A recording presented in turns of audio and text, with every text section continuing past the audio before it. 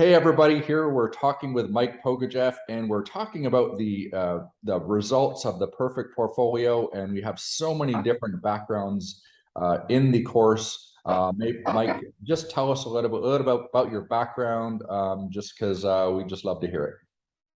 Awesome. Well, thank you, Mark. I appreciate it. I was a auto repair shop owner for 31 years. I started my shop when I was 24, and I sold it when I was 55. So 31 years doing that. I always said from the beginning, it wasn't how much money I made, it would be what I did with the money I made. And so I've been investing and interested in investing for quite a long time.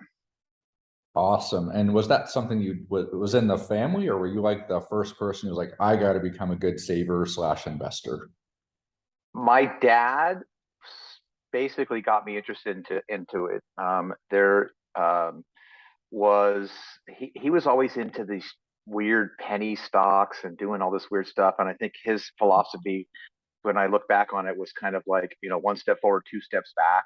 Okay. I was more traditional. I've been around long enough that I remember when the Dow crossed over 1,000 for the first time. I could tell you exactly where I was. I think it was like 1986 when the Dow crossed over for the 1,000 points for the first time, which was a huge deal. And now Yeah. look where we are.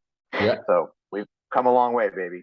Exactly. Well, I know you've been a great saver and a bunch of years in investment experience. What is your to raising your financial IQ? What is your sort of journey looked like? Was it books? Was it seminars? Was it just jumping in there, getting learning a lesson, or a combination of those things, or what did that look like? It, I think it's probably everybody's journey is more or less the same thing. It's kind of a combination of things.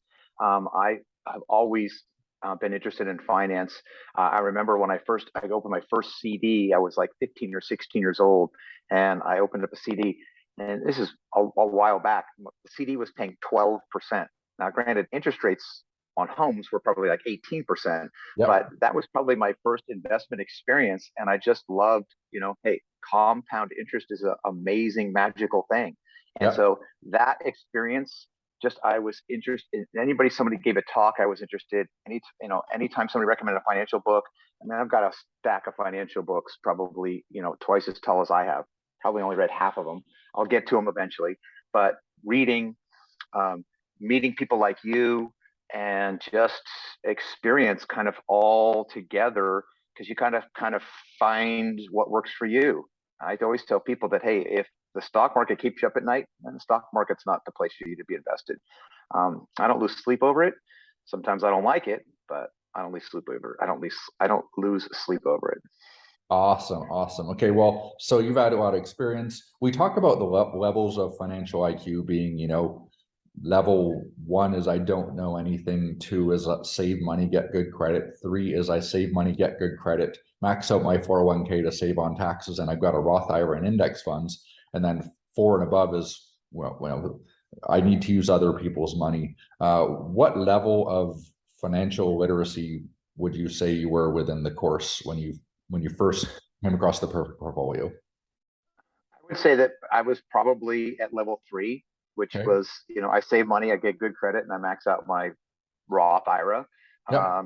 And then I met you and realized that the conventional thinking and the conventional way is not going to get you where you need to be. And you're going to have a lot of people who, being unaware of the next levels that are available and listening to their financial advisor, their financial planner, Google, whatever it is, um, conventional thinking just isn't going to get you where you need to be.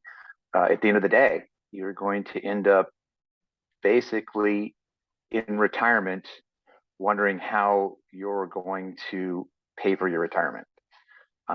Other people's money is a magical thing. And I think one of the great things that you do with the course is you basically pull back the curtain and expose conventional thinking for that you expose the downsides and the pitfalls of conventional thinking and how damaging it can be. And that's like super powerful because most people just go along with the conventional thinking because that's what's commonplace, that's what's mainstream. And there's some outside the box thinking that can be done that can really increase your finances while you're also increasing your financial IQ, vice versa. Awesome, awesome. Well, good. Well, based on, with the new information that you have in the course, how do you see your life changing in the next 24 to 36 months? I want to take what I have where it is and convert it to what we're doing because the OPM that's available and the leverage that's available, the outside the box thinking that's available can make a dramatic change on what I've been doing with just the conventional thinking. So, if I can double and triple my income with just simply a little bit different approach, then it'll be phenomenal. Yeah. Phenomenal. Awesome. So a person, you'll hear this all the time, and I run across people and they say they hear the word other people's money and leverage. They get confused, but then they go, "Oh, leverage is scary."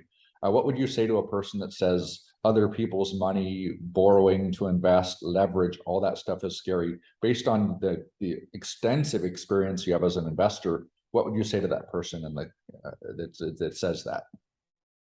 The simplest example I can give to somebody about OPM, other people's money, is do you own a house? Because that is other people's money.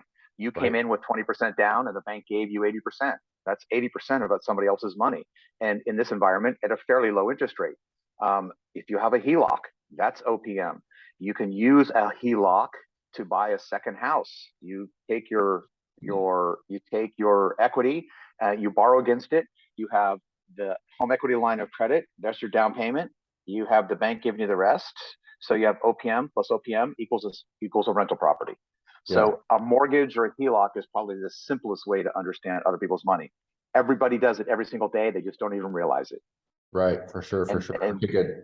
So let's say you were whenever you convert your existing portfolio to a perfect portfolio, is that gonna how's that gonna change your life in any way? Is that gonna well, it'll change my life because basically I can live where, if somebody has $1 million and they just leave it in their 401k, there's no guarantees of that money growing.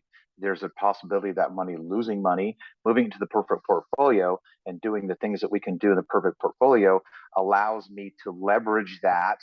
And then with the strategies we've set up, there's a lot less risk of loss, and the dividends basically provide me an income on an annual basis, right? and or they can be reinvested. Awesome. Well, good. All the other courses and things like that, have you ever, how would you rate this course as far as the courses that you've been in?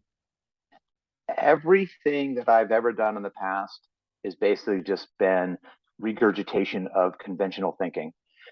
This, like I said before, it basically pulls back the curtain and exposes conventional thinking for what it is. And it's just mainstream regurgitation of the same thing. This says that doesn't work. This is a better plan. Awesome. So would it be safe to say that, would this be accurate? This statement, I've been eating blue pills my entire life. I've been fed blue pills my entire life, and Mark red pilled me. Would that be an accurate statement? Absolutely. That is every broker out there at all of the big JP Morgan, Merrill Lynch, Bank of America are all giving their clients the blue pill. You held out your hand and said, "Here's the red pill." And the red pill is the way, my friend. Yeah. Can you ever go back to eating blue pills? No. So, all right. Well, who else do you want to feed some red pills? Who else do you Everybody. want to help? Everybody that I run across, everybody that I was willing to sit down and listen to what I have to say, I try to educate them on there is a different and better path than what you've been told, what you've been fed, what has been stuffed into your brain for your entire life. If if you even been listening, a lot of people just follow what their parents have done. And what did their parents do? What their parents did. And where did that come from? From somebody who told them, hey, this is the way to do it. So it's just been passed down from family to family to family that this is the way.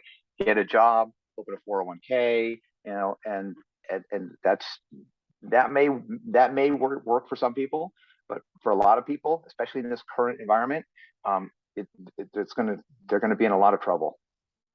Awesome. Very cool, man. We're excited to be working with you, and your passion to helping other people is contagious.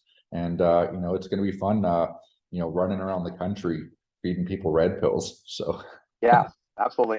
My primary focus is just educating people on a better way, and you have provided that better way for me, and I want to pass that along to other people.